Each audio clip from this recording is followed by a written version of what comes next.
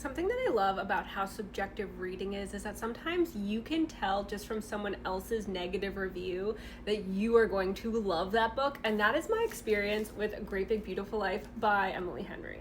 I feel like everyone already knows the plot of this book, so I'm just going to be very brief in case anyone needs a refresher. Two journalists are going to cover this story of this woman who was very, very famous, constantly on the tabloids, but no one has seen her in years. She's now in her 80s, and she is ready to tell her story. I read this book all the way back in May, and I'm just now getting around to actually talking about it, which I think just goes to show how much I actually like this book. If I'm like, it's been several months, should I make a video on it? Yes, I'm absolutely gonna make a video on how much I liked this book.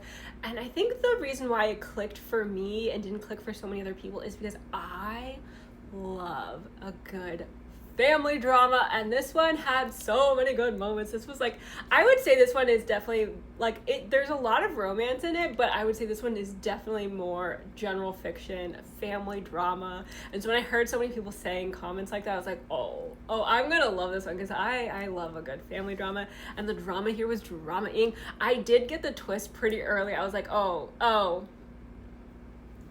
I know where this is going, and I was so excited. So as it like unfolded, I was like, yes, I was right. So I loved all of that. But I also did really, really like the dynamic between Alice and Hayden.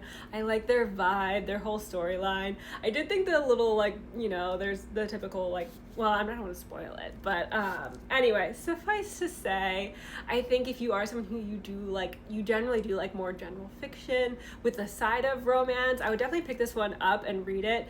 I still thought there was a lot of romance in it, but I'm not the biggest contemporary romance reader, so I think when I want to read a romance book, it's usually because there's something else about the characters and the plot that's drawing me in, and so that was definitely it for this book. Now that I finally finished my review, I can make my updated Emily Henry ranking.